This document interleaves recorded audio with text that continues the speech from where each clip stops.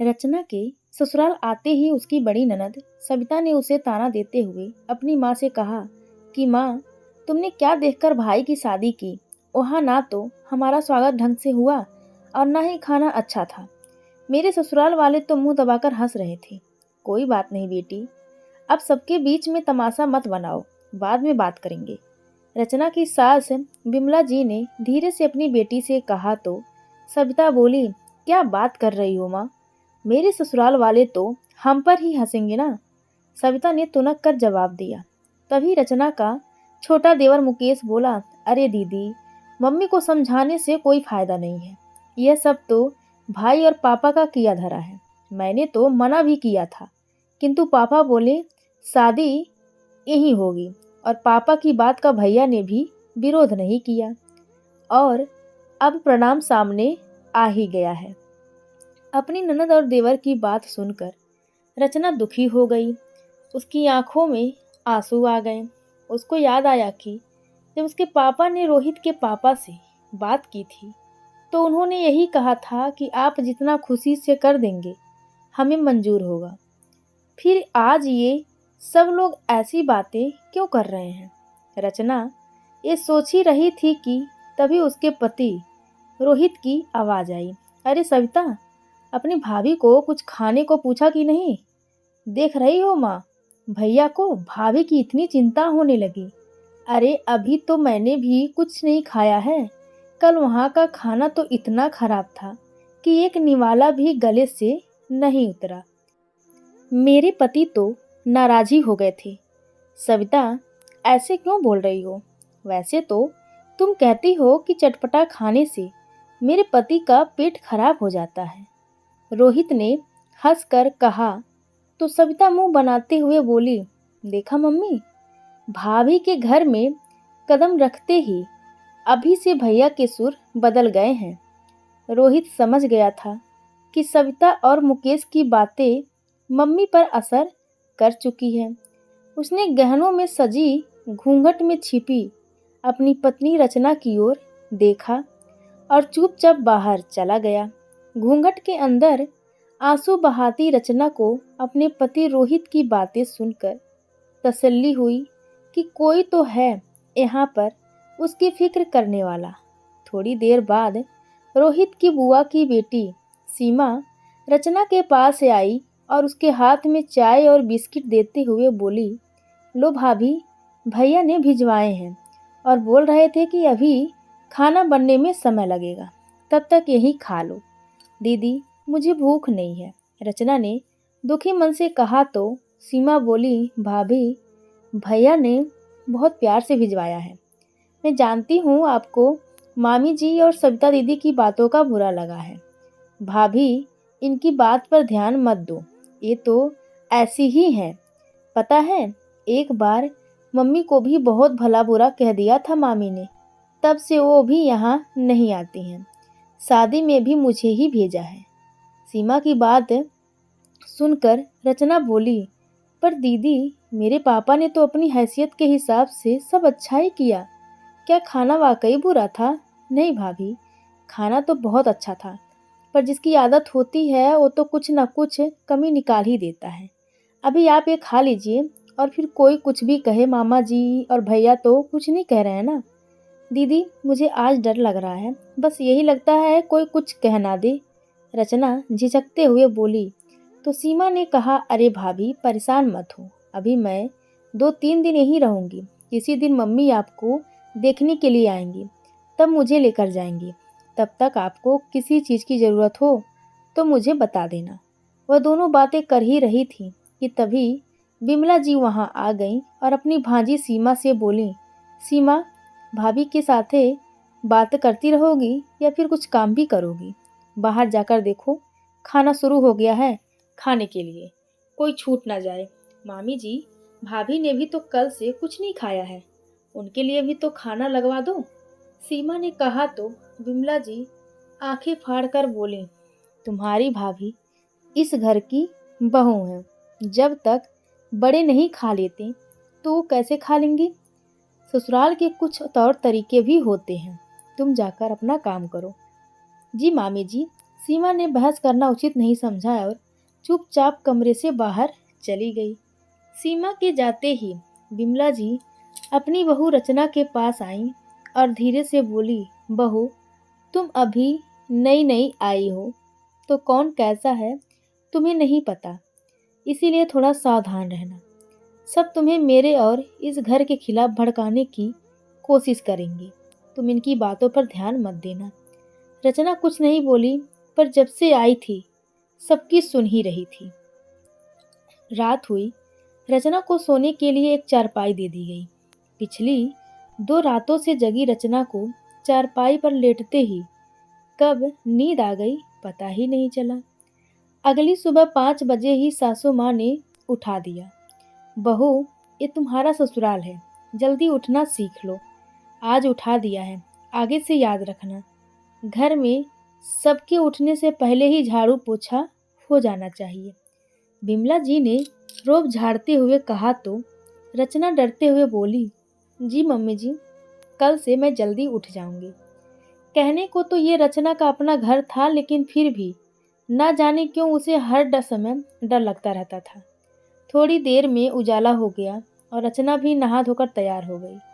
अकेले कमरे में समझ नहीं आ रहा था कि क्या करे, और कमरे से बाहर निकलने की उसकी हिम्मत नहीं थी।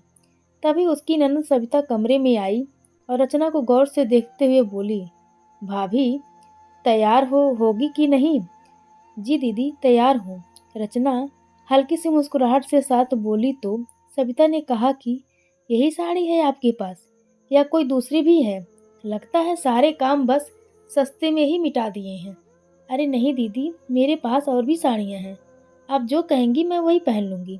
रचना ने प्यार से कहते हुए अपना सूटकेस खोल दिया तो सविता ने एक सरसरी सी निगाह सूटकेस पर डाली और बोली, ठीक है, यही पहने रहो। और सुनो, आज आपकी पहली रसोई है और थोड़ी देर बाद रसोई में आकर खीर बना लेना। बाकी खाना घर की औरतों ने बना दिया है। इतना कहकर सविता वहाँ से चली गई। उसके जाते ही रचना की धड़कन तेज हो गई। खीर बनानी है, बना लूँगी। पापा हमेशा बोलते थे रचना खीर बहुत अच्छी बनाती है। और पापा को याद कर रचना रो पड़ी। पापा को मेरे ना रहने से कितनी परेशानी हो रही होगी। अब घर के बाहर के सारे काम उन्हें ही करने पड़ेंगे। मम्मी भी तो मेरे बिना बाजार नहीं जाती थी। और मेरा छोटा भाई भी कितना अकेला हो गया होगा। अपने घर वालों को याद कर कर रचना रोती रही। तभी सीमा वहां आ गई। अरे भाभी, तुम रो क्यों रही हो? घर की याद आ रही है क्या? समझ सकती हूँ, आप चिंता मत करो, मैं हूँ ना, आपकी छोटी बहन, आपकी सहेली।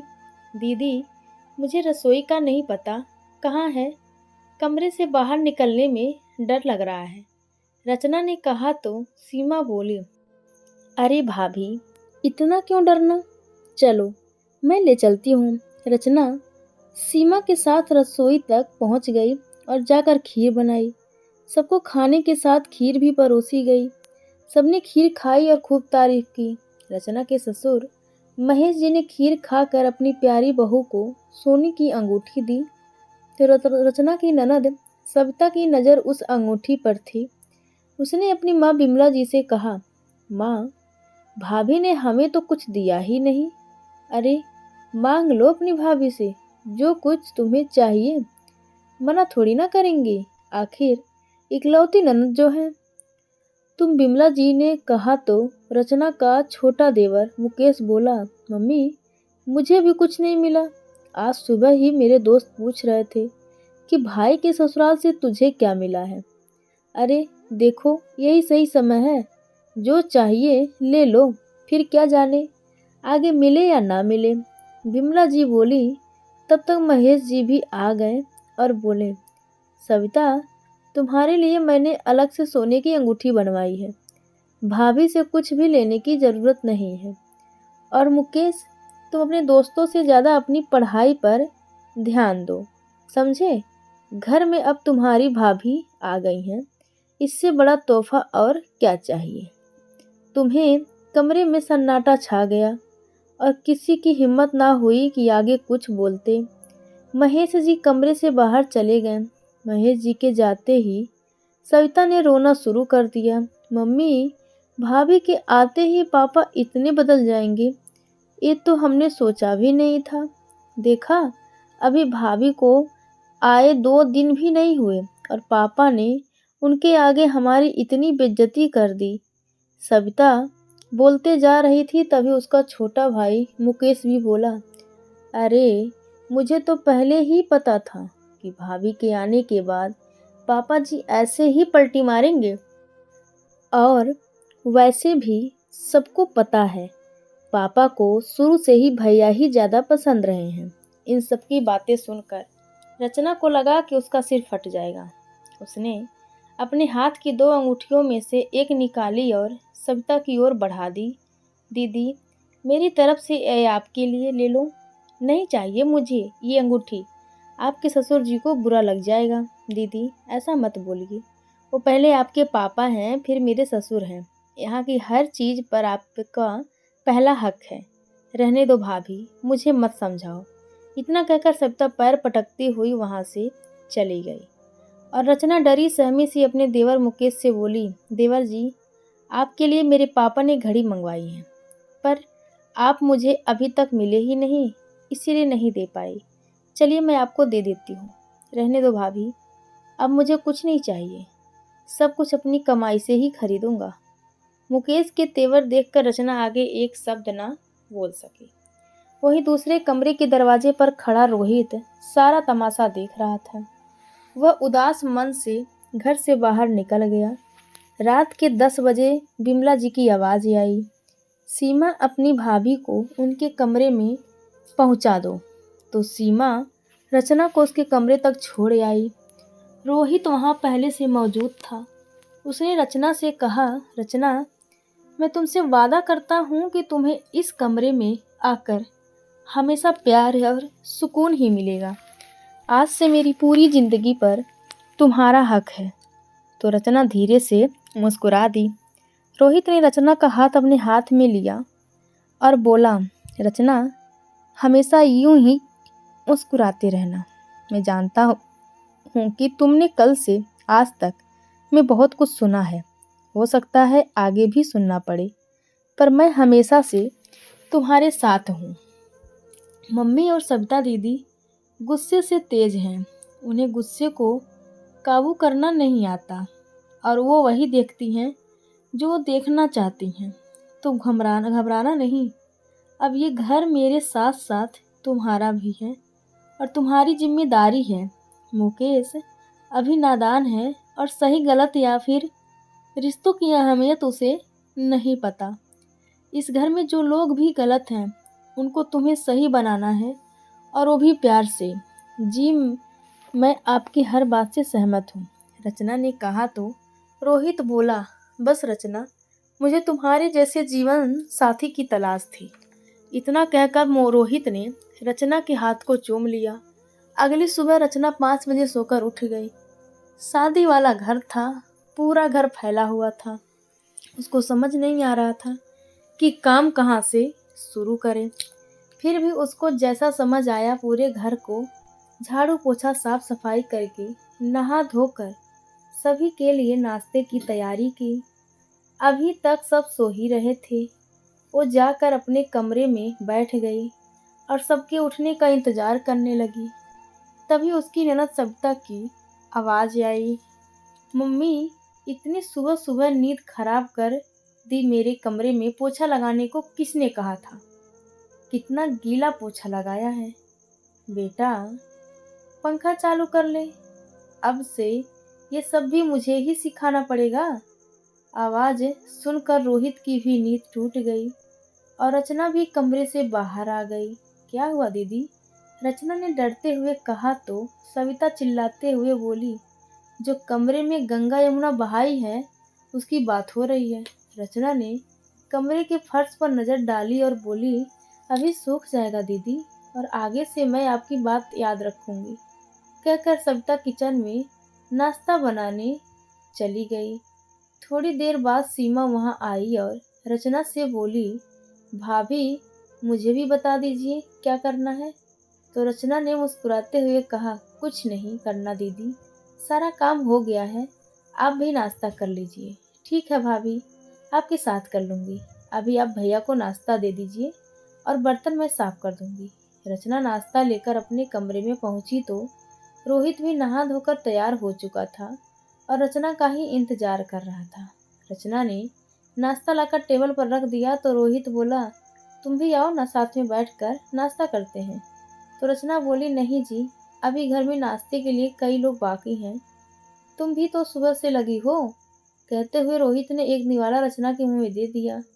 तभी वहां उसकी बहन सविता आ गई और बोली, भैया आपको पापा बुला रहे हैं, ठीक है तुम चलो मैं आता हूँ। सविता नीचे तो चली गई पर रसोई में जाकर उसने अपनी मम्मी विमला जी के आगे हंगामा खड़ा कर दिया। देखा मम्मी, अभी हम भूखे ही पड़े हैं और भाभी भैया के साथ पेट पूजा कर रही हैं। क्या करे बेटा, समय बहुत खराब है, समझ में नहीं आता इसको क्या क्या सिखाना पड़ेगा।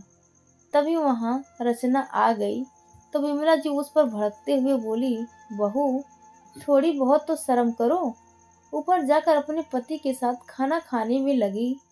ये भी नहीं देखा कि घर में बड़े लोग अभी भूखे बैठे हैं।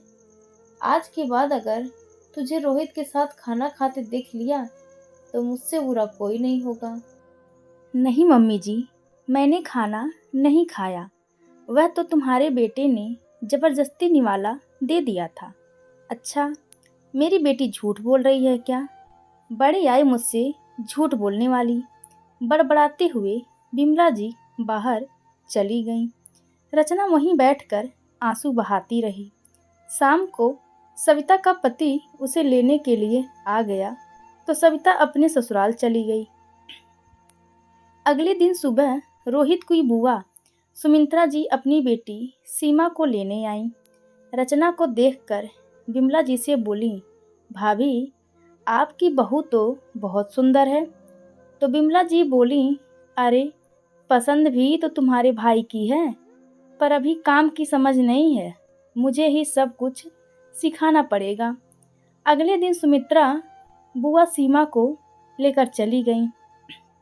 जाते समय सीमा जी ने सुमित्रा जी को एक साड़ी और सीमा को 100 रुपये दिए, जो कि रिश्तों को देखते हुए बहुत कम थे। आखिर सीमा ही थी जिसने शादी के 7 दिन पहले से आकर घर का सारा काम संभाला था। चलते चलते रचना ने रोहित से पूछकर एक साड़ी बुआ को और 500 रुपये सीमा को पकड़ा दिए। ये सब बिमला जी को बिल्कुल अच्छा नहीं लगा। सुमित्रा जी के जाते ही बिमला जी ने घर में तांडव मचा दिया और रचना से कहने लगी, इतनी बड़ी हो गई, अभी घर में ढंग से पैर भी रखा नहीं और अभी से मालकिन बन बैठी। अभी 2 दिन नहीं हुए आए हुए और बुआ पर इतना प्यार आ गया। तभी वहाँ रचना के ससुर महेश जी आ गए और बोले, बिमला तुम किसी भी बात का जब तक तिल का पहाड़ ना बना दो तब तक तुम्हें चैन नहीं आता। जाओ बहू, तुमने जो किया है ठीक किया है। मैं तो तुम्हारी सास के स्वभाव के कारण अपनी बहन के लिए कुछ भी नहीं कर पाया, पर आज तुमने मेरी लाज रख ली। तूने बहुत अच्छा किया बहू, जाओ अपने कमरे में जाओ, आराम करो। रचना अपने कमरे में चली गई। रचना सुबह जल्दी उठकर घर का काम करती, नाश्ता बनाती, एक बहू की जो जिम्मेदारियां थी वो सब बखूबी निभा रही थी। लेकिन रचना के हर काम में कमी निकालना बिमला जी का रोज का काम हो गया था। थोड़े दिन बाद रचना के पापा अपनी बेटी को लेने आ गए। पूरे घर में सन्नाटा पसरा था। रचना अपने काम में लगी हुई थी और बिमला जी शायद पड़ोस में गई हुई थी। तभी रचना बेटा आवाज लगाते हुए सुबोध जी घर के आंगन तक चले आए। अरे पापा, आप आ गए। रचना दौड़कर छोटे बच्चे की तरह अपने पापा से लिपट गई। कितना इंतजार किया आपका, आप लोगों की बहुत याद आ रही थी। हाँ बेटा, तुम्हारे आने के बाद हमारा भी मन नहीं लग रहा था। तुम्हारी मम्मी तो तुम्हारे आने का एक एक दिन गिन रही थी। बाकी सब लोग कहाँ हैं?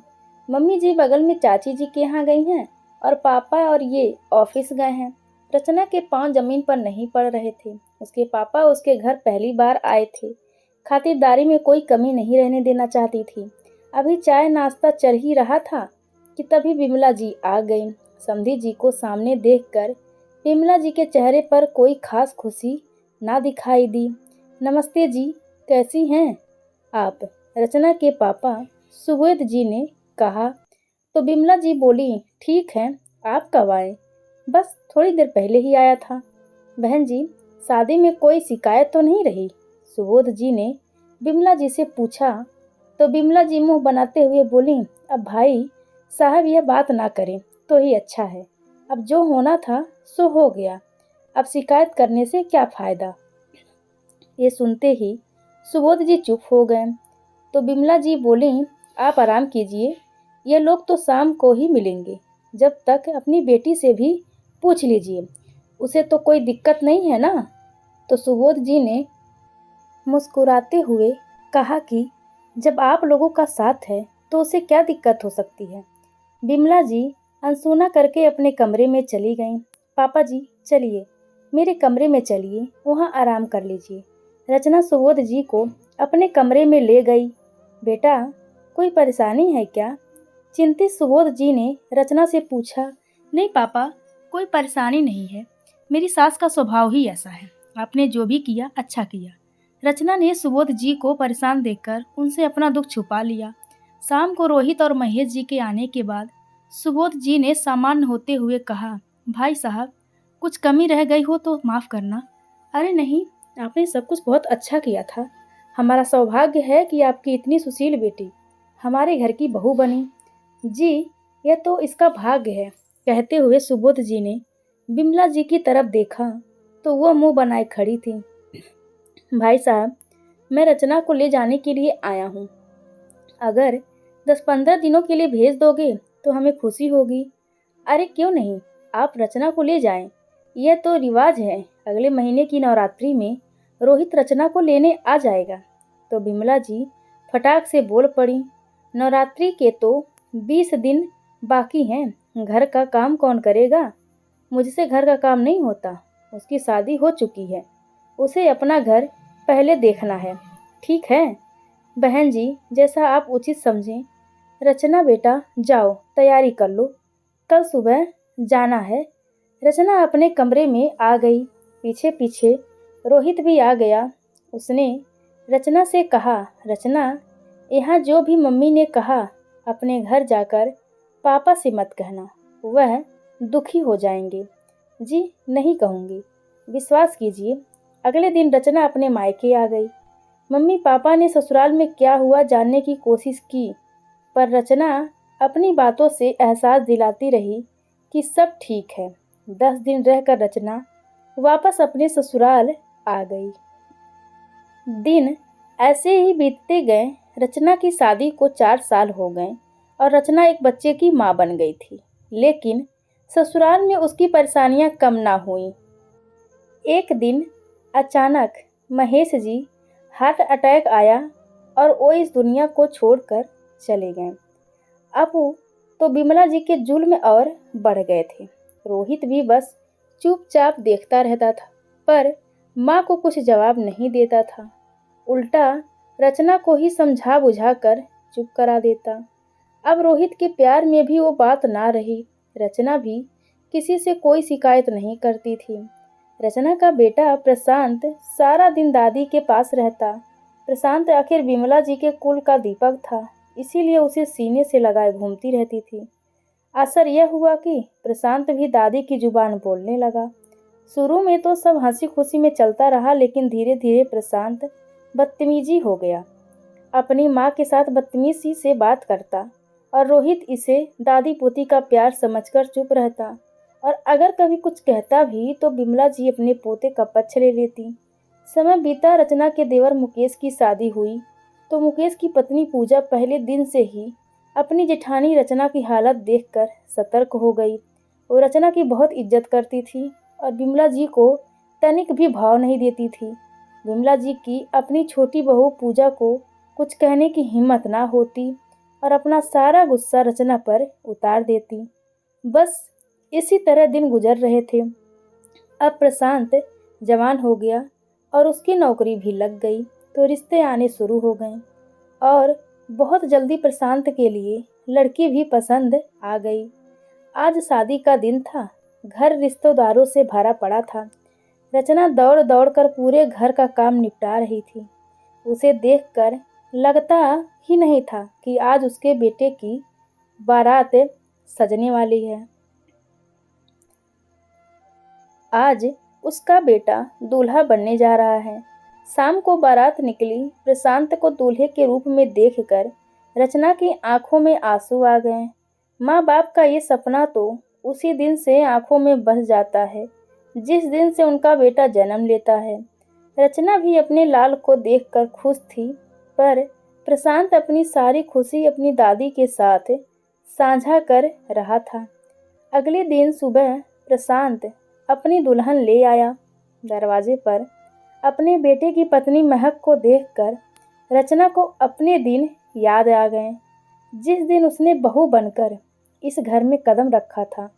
तो बिमला जी ने कहा था, क्या व्यवहार किया था ननद सविता ने उसे और उसके घर वालों को क्या क्या नहीं कहा था। अगर पापा या रोहित ना होते तो उसका क्या होता। यही सोचकर रचना की आंखों में आंसू आ गए और कसम खा ली कि आज तक जो भी उसने सहा है वो कभी अपनी बहू को नहीं सहने देगी। दादी, दीदी क्या सोच रही हो? तुम्हारी बहू आई है, चलो आरती उतारो। रचना की देवरानी पूजा ने कहा तो रचना आरती की थाली लेने आगे बढ़ी ही थी कि तभी बिमला जी और सविता ने आरती की थाली उठाई और आगे बढ़ गईं। आज तो मम्मी भी दादी सास बन गई हैं तो आरती मम्मी ही उतारेंगी, सविता ने कहा तो उसकी छोटी भाभी पूजा ने सविता को पकड़कर पीछे खींचते हुए कहा कि नहीं दीदी, अब ये सब नहीं चलेगा। ये हक रचना दीदी का है और यह काम वही करेंगी और आप भी कोशिश करें कि हमारे घर के मामलों से दूर रही रहें और हमें निर्णय लेने दें कि हमें क्या करना है और क्या नहीं। पूजा, सोच समझकर बोलो। सविता इस घर की बेटी है। बिमला जी चिल्लाकर बोली, तो फिर मम्मी, इन्हें भी यह बात याद रखनी होगी कि सविता दीदी इस घर की बेटी हैं, बहू नहीं, जो हर बात पर टांग अड़ाने चली आती हैं। इतना कहकर पूजा ने अपनी जेठानी रचना से कहा, रचना दीदी सोच क्या रही हो? प्रशांत और महक दरवाजे के अंदर आने का इंतजार कर रहे हैं। कहते हुए पूजा ने एक हाथ में थाली लेकर और दूसरे हाथ से रचना को खींचते हुए बाहर की ओर चल दी। बिमला जी और सविता उन्हें देखती रह गईं। रचना ने बहू की आरती उतारी और उसे अंदर ले आईं। थोड़ी देर बाद रस्म पूरी होने के बाद रचना अपनी देवरानी पूजा से कहा कि पूजा, बहू के कपड़े बदलवा कर उसके खाने का इंतजाम करो। जी दीदी, कहकर पूजा जैसे ही आंगन की तरफ आई तो देखा कि प्रशांत बिमला जी और सविता के पास बैठा हुआ था। पूजा को देखते ही बोला, चाची जी, मम्मी कहाँ हैं? क्यों, क्या हुआ बेटा? मुझे उनसे बात करनी है। उन्होंने बुआ और दादी से ऐसी बातें क्यों की? तो पूजा बोली, बुआ और दादी से बातें मैंने की थी, तुम्हारी मम्मी ने नहीं। तुम्हें जो पूछना है मुझसे पूछो। चाची जी, आपको कभी मम्मी की गलती नहीं दिखती?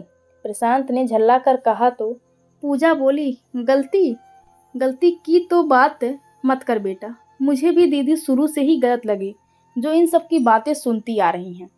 कहकर पूजा महक के लिए खाना लेने चली गई।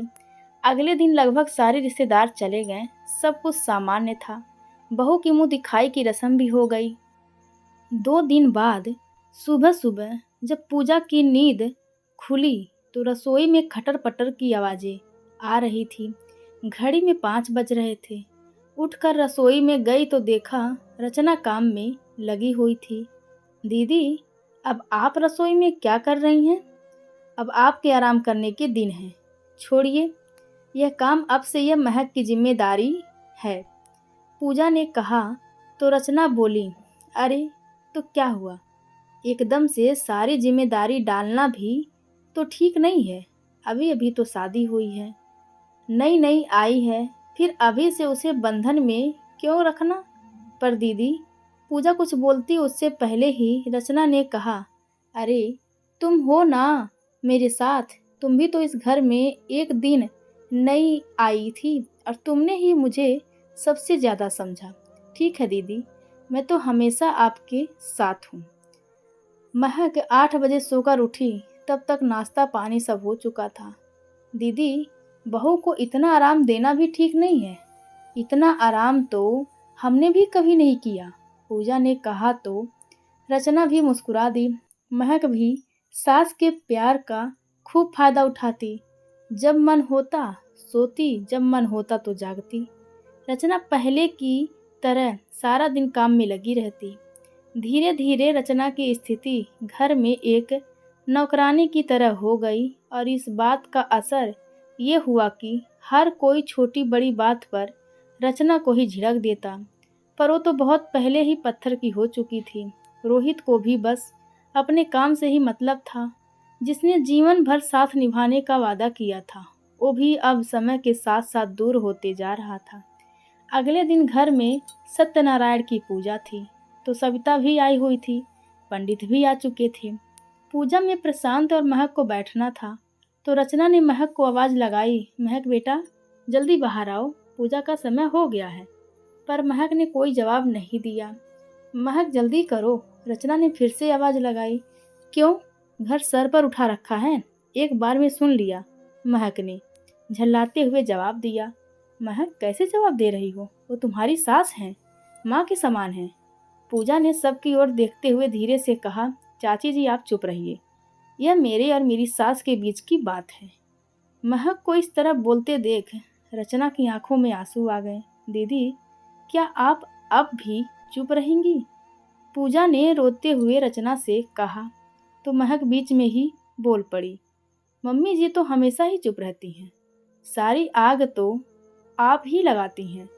रोहित के मुंह से भी कुछ न कुछ निकला और घर के बाहर जाने लगा। रोहित को बिना कुछ बोले जाते देख उसके छोटे भाई मुकेश को बहुत गुस्सा आया।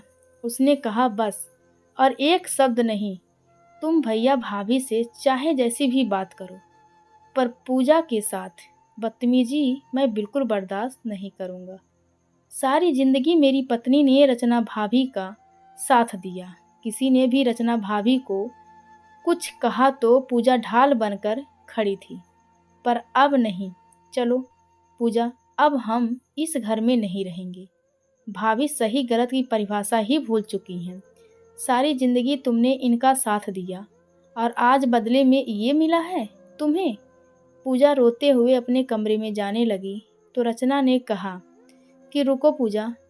अभी रचना कुछ बोलती उसके पहले ही उसकी ननद सविता बोल पड़ी, अभी और क्या तमाशा बनाएगी यहाँ पर? बस सविता दीदी, अब और नहीं। मैंने सारी ज़िंदगी तुम्हारी इज्जत की, इसका मतलब ये नहीं कि मुझे कुछ बुरा नहीं लगता। पहले दिन से ही मैंने तुम्हें बड़ी बहन की तरह माना और आपने मेरी भावनाओं का गलत फ़ायदा उठाया। आप सारी ज़िंदगी मम्मी को मेरे खिलाफ भड़काती रही, मैं सब कुछ सुनती रही, सब कुछ समझती रही, कभी आपको या आपके किसी सदस्य को जवाब नहीं दिया। पता है क्यों? क्योंकि मैंने तुम्हारे भैया से पहले ही दिन वादा किया था कि चाहे कोई कुछ भी कहे मैं चुप रहूँगी, घर में कभी कलह नहीं होने दूंगी। आपके भैया ने मुझसे वादा किया था कि इसके बदले में वो मुझे बहुत प्यार देंगे। प्यार तो दिया, पर माँ बहन को सम्मान देते देते वो मुझे सम्मान देना भूल गए। घर में एक पति ही होता है जो चाहे तो अपनी पत्नी को घर के बाकी सदस्यों से सम्मान दिलवा सकता है, और यदि पति ही अपनी पत्नी की परवाह नहीं करता तो बाकी रिश्ते भी उस पर हावी हो जाते हैं। मेरे साथ भी यही हुआ मम्मी जी। मैंने आपको कभी कोई शिकायत का मौका नहीं दिया, लेकिन इतने सालों में आपको कभी मेरे ऊपर प्यार नहीं आया। प्यार ना सही, थोड़ी सी दया ही दिखा देती। मैंने रोहित को हमेशा घर के मामलों से दूर रखा और धीरे धीरे वही मेरे से दूर होते चले गए। प्रशांत को जन्म देकर भी कभी मुझे लगा ही नहीं कि मैं उसकी माँ हूँ। सोचा मैं ना सही, मेरा बच्चा तो आपको प्यारा है, आप उसे प्यार करती हैं। मैं खुश रही, लेकिन धीरे धीरे वो भी मुझसे दूर हो गया। पूजा के आने से मुझे एक सहेली मिली, एक रिश्ता मिला जिसने मुझे मान सम्मान दिया, प्यार दिया। उसने मुझे बहुत बदलना चाहा, पर मैं ही खुद को नहीं बदल पाई। बहू अच्छी नहीं थी, सोचा सास अच्छी बन जाऊंगी। महक ने जब घर की दहलीज पर कदम रखा, मैंने सोच लिया जो प्यार मुझे नहीं मिला वो मैं महक को दूंगी। वो इस घर में पूरी आज़ादी के साथ रहेगी और उसको मैंने किसी भी बात के लिए दबाव नहीं दिया। मैंने कभी भी उसको बहू नहीं, बेटी समझा, पर उसने भी मेरे प्यार और मेरी सोच का गलत फ़ायदा उठाया। आज उसने तेज़ आवाज़ में बात करके यह साबित कर दिया कि मैं तब भी गलत थी और आज भी गलत हूँ। जब मैं बहू थी तो सास की नज़र में गलत थी और आज जब मैं सास हूँ तो बहू की नज़र में गलत हूँ। नहीं मम्मी जी, हर बार गलती मेरी नहीं है। अब बस बहुत हुआ। मैं तुम सबके कठपुतली नहीं हूँ जो तुम अपने इशारों पर मुझे नचाते रहोगे। मम्मी देखा, वर्षों बाद जुबान खुली है तो कितना जहर उगल रही है। बस सविता, बहुत हुआ। आज तक मैंने कुछ नहीं कहा, रोहित ने कहा, जो कि दरवाजे के पीछे से रचना की बातें सुन रहा था। रचना मुझे माफ़ कर दो, मैं तो अपना वादा भूल गया, पर तुमने अपना वादा बखूबी निभाया। फिर रोहित ने अपने बेटे प्रशांत की ओर देखते हुए कहा, प्रशांत, आज भी पूजा में तुम दोनों नहीं बल्कि मैं और रचना बैठेंगे। तभी रचना पूजा का हाथ पकड़कर लाई और बोली, आओ पूजा, तुम दोनों भी हमारे साथ पूजा में बैठोगे। तुम्हारे बिना तो मैं कुछ भी नहीं हूँ। चलो बैठो यहीं। और मुकेश भी वही पूजा में आकर बैठ गया। तभी प्रशांत और महक को अपनी गलती का एहसास हुआ तो वह दोनों भी रचना से माफ़ी मांगकर पूजा में आकर बैठ गए। सविता और उसकी माँ विमला जी अपना सा मुँह लेकर देखती रह गईं। दोस्तों, चुप रहना अच्छी बात है। लोग कहते हैं कि चुप रहकर बड़ी से बड़ी समस्या को खत्म किया जा सकता है। चुप रहकर घर को बिखरने से बचाया जा सकता है। लेकिन जब लोग आपके चुप रहने का ही फायदा उठाने लगे तो चुप रहना भी मूर्खता है। तो दोस्तों, आपको यह कहानी कैसी लगी कृपया कमेंट करके ज़रूर बताएं। धन्यवाद आप सबका।